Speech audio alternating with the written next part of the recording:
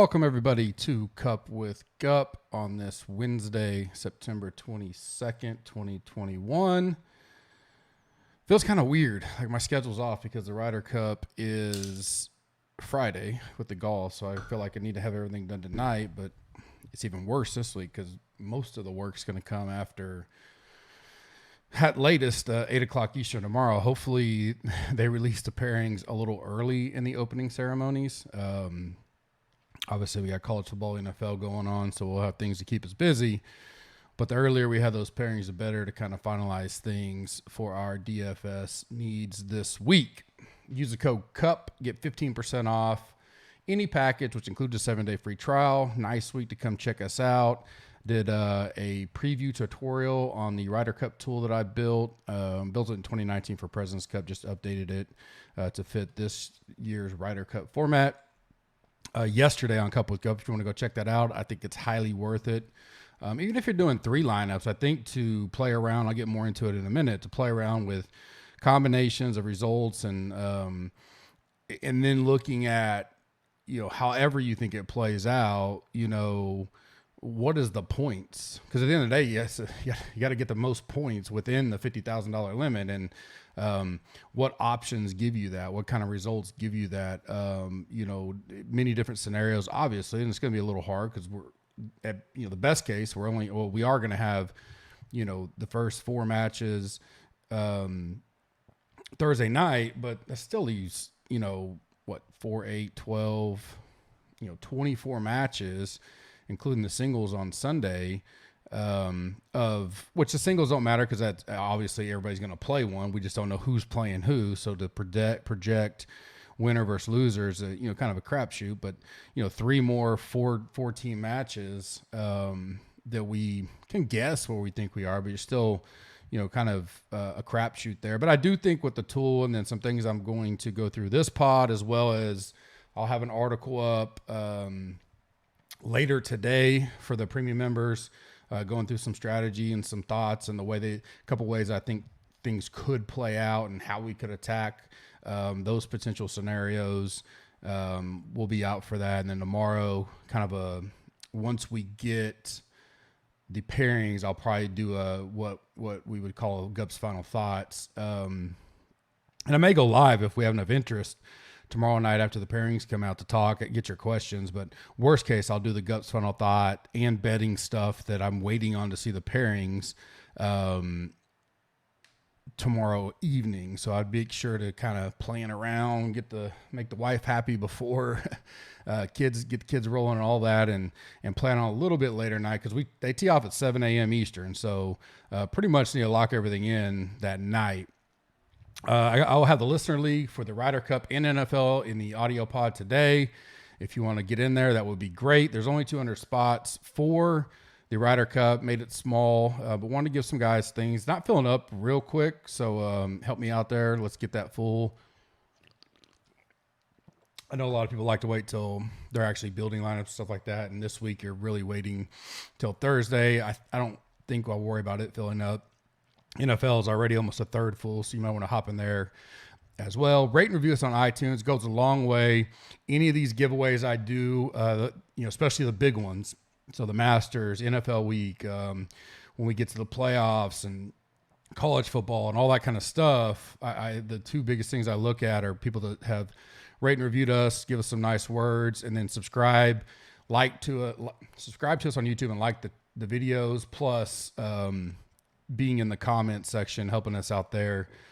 I will be doing giveaways tomorrow, not only for comment people over the last couple of weeks, but I'll also announce the winners of the big giveaways from the new sign-up/upgrade deal we did from August 1st through the first Monday Night Football. On this one, tell me in your comments your favorite play, and I'm looking at captain pricing.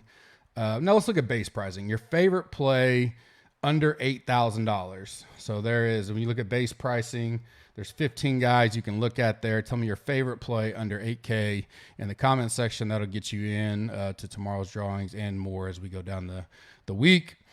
Right now on Underdog, use the code GUP, get $10 free when you deposit $10. They got the NBA and NHL best balls rolling. They have daily NFL as well. Tomorrow night is a Thursday night rumble on Underdog, $50K in prizes. It's only $10 to enter. So if you deposit your $10, you get a free $10. That gives you 2 entries into that right there. Pretty good flat payout structures for that if you want to take advantage of that.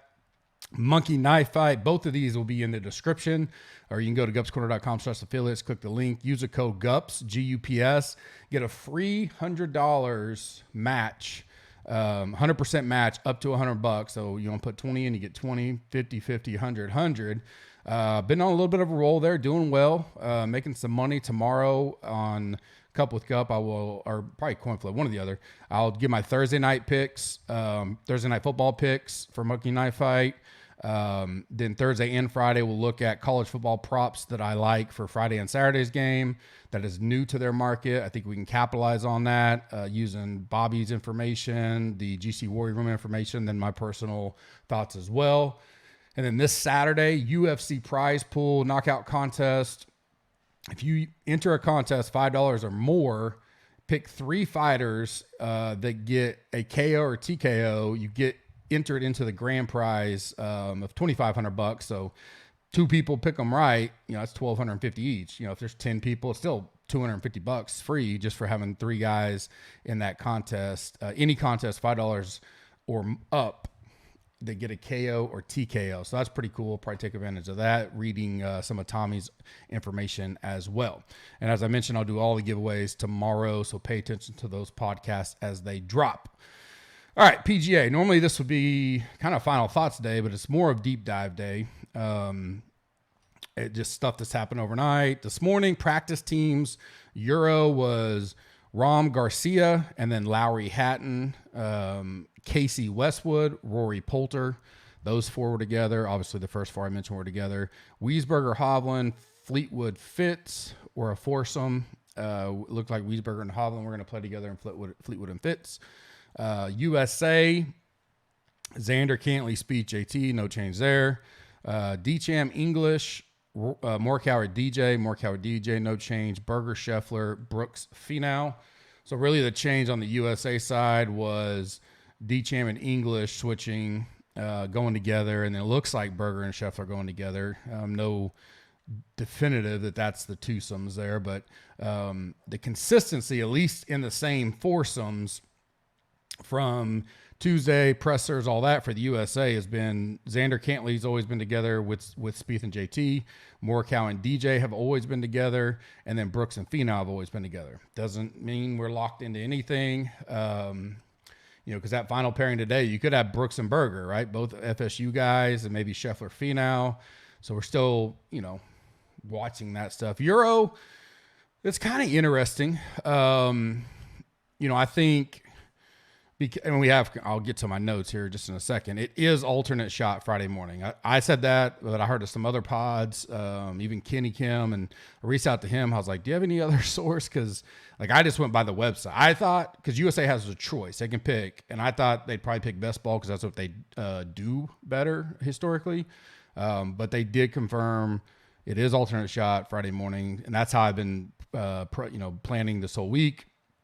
I think it was an assumption by most, and I agree that they would do best ball early, but they are not. So it will be alternate shot, which makes it even more, I think it helps us some because we get to see, if a Bryson goes out Friday morning for alternate shot, he skyrockets up in value because most think he probably sits that one and plays best ball.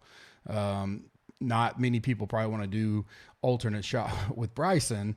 That's anecdotal, but that is important. I also think you could see, like Rory and Poulter play together because of the alternate shot that morning, or those pairings could be a little different because Rory and Poulter are together today, and maybe they were practicing their alternate shot stuff.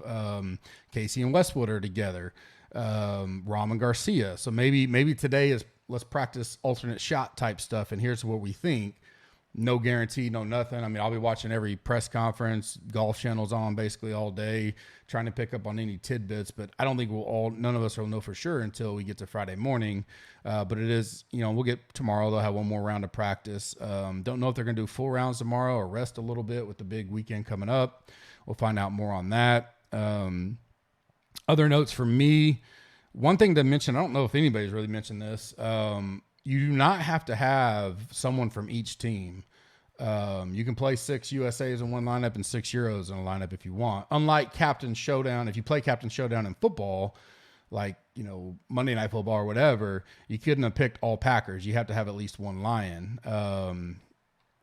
So our Green Machine lineup optimizer, we've put that code in so that it'll allow for you to have 6 from the same quote unquote team. Whereas, on our Monday Night Football, it doesn't, it forces when you're doing the optimization that you have to have a Lion. Like on Monday night, you would have had to have at least one Lion or one Packer, depending on how you're building. You do not here. I hadn't heard that much. Maybe I was just thinking Captain Showdown traditionally, any kind of format we played before. I know this is called Cup, but we do have a captain, so I consider Captain Showdown. That I would have had to fit at least 1 Euro. And I think that can change things, especially, potentially single entry stuff. I think it's hard to think that the optimal lineup would be no one from one side or the other, because you got to figure someone will probably do well enough to get into that optimal. But I don't think it's out of the realm if there's like a boat race from either side. So that's something to consider, because I think some people may have thought, well, I at least got to get 1 Euro in, or vice versa. I got to get 1 USA in. You don't. You can have 6 of each. Like I mentioned, Friday pairings will be released. Friday AM only pairings will be released Thursday night between 5 and 8. Most of the updating from my end will come after that is confirmed. And it kind of let us, do projections on what we think will happen the rest of the tournament. Where does that change? Also allows for some potential betting. If Bryson's in that again, if he's in the alternate shot, I think he more valuable in the betting market. If a Hovland sits, like today's pairings, he's with Wiesberger, which kind of shocked me a little bit. But if they sit him, maybe you're only looking at the rookie bet, which I already said was one of my favorite bets, because he may not get but 3 matches. Those are all the things we have to take into consideration and plan for over the next 24 hours. Well, 36 hours as we get those pairings. Key things I'm looking for, who will be the 14 Friday morning for USA? I think will be a big, I feel fairly good. It's going to be Cantley, Shoffley, JT Spieth, DJ Morikawa. And then who's the fourth? Is it, I think it's between Brooks, Finau. That's who I think it's going to be. Maybe, and like I said, maybe they go Bryson English, Bryson Scheffler, Brooks Berger. Those are the, obviously all the combinations. I don't see them putting English out there that early. Maybe Brooks and Berger feel like they can, go ham and egg it good. Brooks and Finau seem like they've been together in every scenario. So that's what right now I have Brooks Finau into my tool as a projected, but we'll see. That's one key thing I'm looking for. Obviously the Euro pairings in general, I think there's a lot more unknown, and I feel like they could mix it up more than what USA kind of plans to do. I think USA could make changes based on performance, no doubt. But I think the Euro pairings, there's a lot of combinations here that could even start out, Friday morning. Rory Poulter, Rory Hovland, Garcia Rahm, Garcia Westwood. They've been together before. Rahm Hatton, Lowry Hatton. Lowry and Hatton went out today together. I think, was that right? Lowry Hatton's with Rahm and Garcia. So there's a lot more combos there, at least, and maybe it's just us all, playing disguises and stuff. But in general, that'll be a key, I think, for builds. And then I also, in that same deal, how the pairings fall Friday morning as it relates to who they're playing against, because they don't do it like President's Cup where USA goes first, then Euro puts a team up, then Euro puts a team up and USA matches it. They're literally going to put, here's my team 1, 2, 3, 4, and Euro's going to submit their 1, 2, 3, 4, not knowing who they're being paired up against. For sure, they can make assumptions, but they have no idea.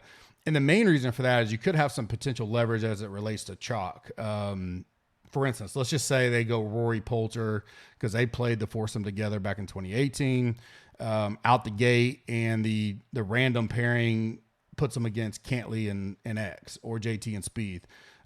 Well, whoever it's against, Poulter at 9,600 could become a play and captain because he's so cheap. He's with Rory.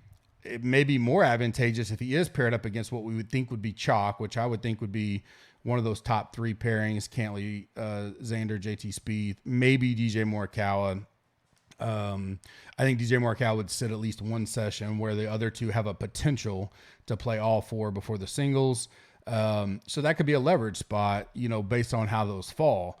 If it's Brooks Finau and it's Rory Poulter, while that still looks good because it could be a good win for them, a chance to win, then the chalky potential of JT Spieth or whatever could still win, their match, and it's not as lucrative, but that's something to keep. I think how those match up that first time, at least that's known information, so we can take that into our potential builds and our thinking Friday, or once we see that the pairings of who's playing who. I think that does matter just a little bit. I don't think you have to. I've heard some people even reading in Slack and stuff. I don't think you have to play. I mentioned this yesterday a little bit. You don't have to play the cheaper mega team guy at captain. I think most will. It seems the most obvious, but naturally, if you go JT at cap, say you're going to do that and you want to go, most people, the most obvious is Spieth and JT, I believe.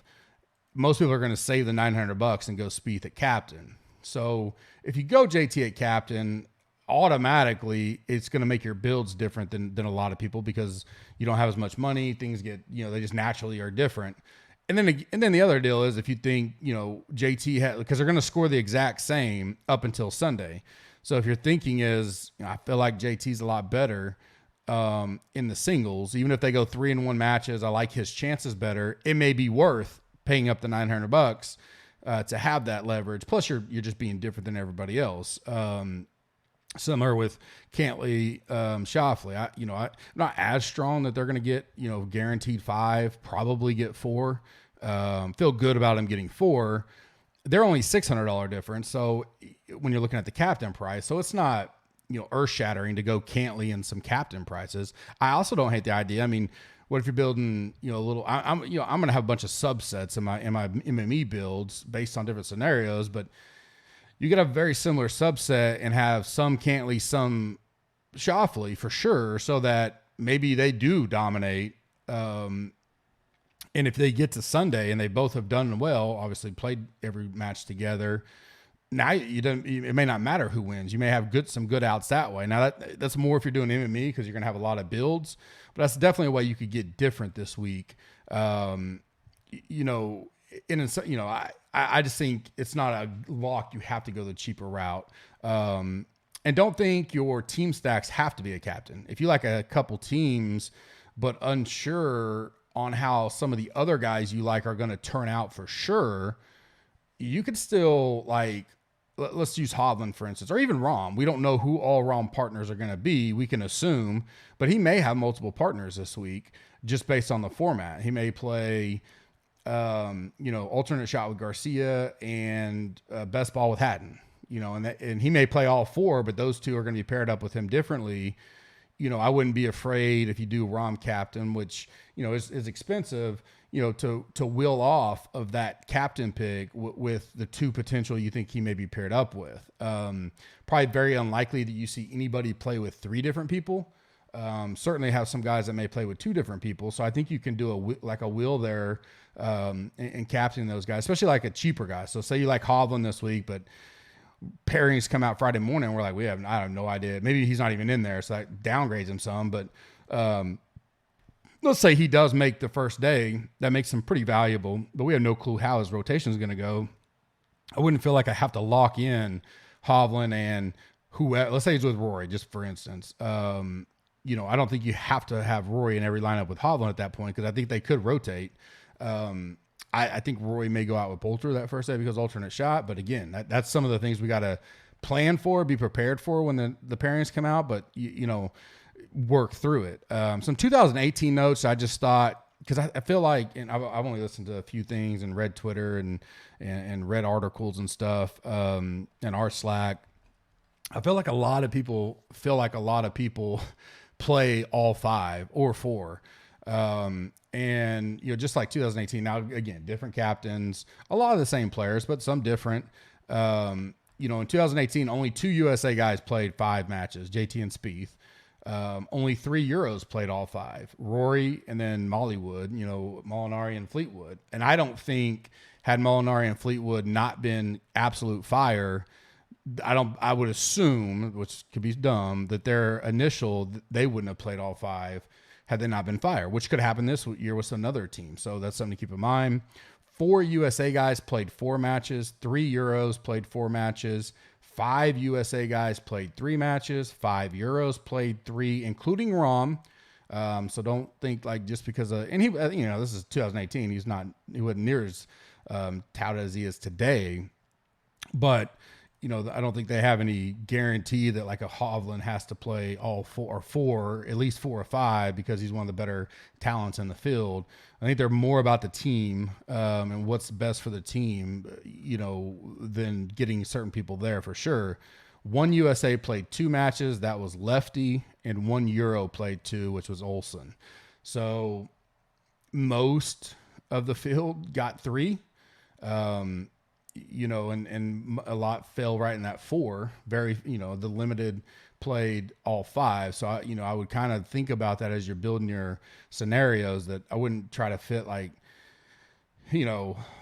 8 guys playing 5 matches. I doubt that happens. I would probably lean more conservative on your tool when you're using the tool, so that your scoring is a little bit like, all right, if most of these guys play 4, and you pick your 3 to 5 guys, maybe that you think, hey, I think these guys are playing 5 no matter what.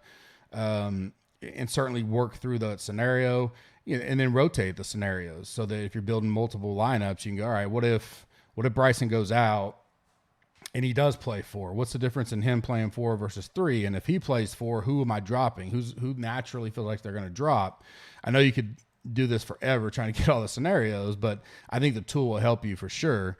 In getting a better understanding of when you look at the combinations, regardless of who you like or who you think is going to win or whatever, just on working through construction within the $50,000 limit with a captain build, because you get that high price captain, and how do we get the most points under the with 50,000 or less out of those builds? Because you're not, if Rahm, JT, Rory, Spieth, all these guys go off, they all can't fit in a lineup, especially if you put one at captain. So you may have guys that scored well but didn't fall into the optimal, because you still have to get all 6 guys in.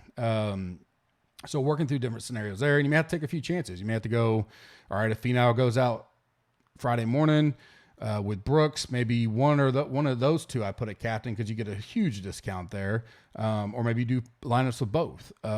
Maybe Berger and Brooks goes out. So those are some of the scenarios that I'd be prepared for. But until we get them, won't know for sure. But just going through it, then you go over to that far right, like I showed you yesterday, and look at standard points, captain points, and just look at some different builds in that and go, all right, well, let's sort it by captain points. And all right, well, this guy gives me the most points. What kind of lineups come from that? And do those lineups outweigh, a mid-range guy that may not get as much points as, say, a Rahm if he goes 4-1, but the builds with him are more optimal than Rahm at captain. So those are things we'll be working through in the next 24, 36 hours. Wrap up for me. I'll have some PGA bets out later for the premium members. And then, like I said, the ones I'll be waiting on will come out Thursday evening after the pairing. So, be on alert to get those, be ready to get those in. Cup with Gup tomorrow for Thursday night football showdown talk, and some more Ryder Cup tidbits. I'll also have my Monkey Knife Fight picks for tomorrow night out. Coin flip will be out tomorrow afternoon as well. Friday morning, I'll drop the Cup with Gup with Ryan. We'll go do our main slate, game by game preview like I did last week solo, but he will join me this time. We're going to try to blaze through that in, probably 45 minutes or so. So nothing, just hitting high notes, talking a little bit back and forth to each other, different angles. I think that'll be a great, little pod add to the week. And then remember, Cup, get you 15% off any package. That includes a 7-day free trial. Come check us out. Saw a few people join yesterday. Maybe they're just doing it to use the tool. That's fine, but I think we have a lot to offer. I think you'd like our optimizer. It's still an infancy stage per se, but man, it's come a long way and it looks awesome. We got a lot going. NFL tools. We're dropping about 4 to 6 little updates. Some did last night and then some more today. And then we'll have a market share report, new tool coming out. If it's not today, hopefully no later than Friday as well. And if you're a current member, I've offered a big blowout sale merch offer to you guys in Slack yesterday. You can go in the GC announcements channel and look at that, or DM me if you're not in the GC Warrior Room very often. If you want to DM me on Twitter, I will tell you what that is. Had plenty take advantage of it right out the gate yesterday, so that's always good to see. Helps us, it supports us. I appreciate it very much. I will be back tomorrow with all kinds of information as it relates to Thursday Night Football and our final Ryder Cup kind of preview before we lock into our pairings and start building tomorrow night. Appreciate you guys. See you tomorrow.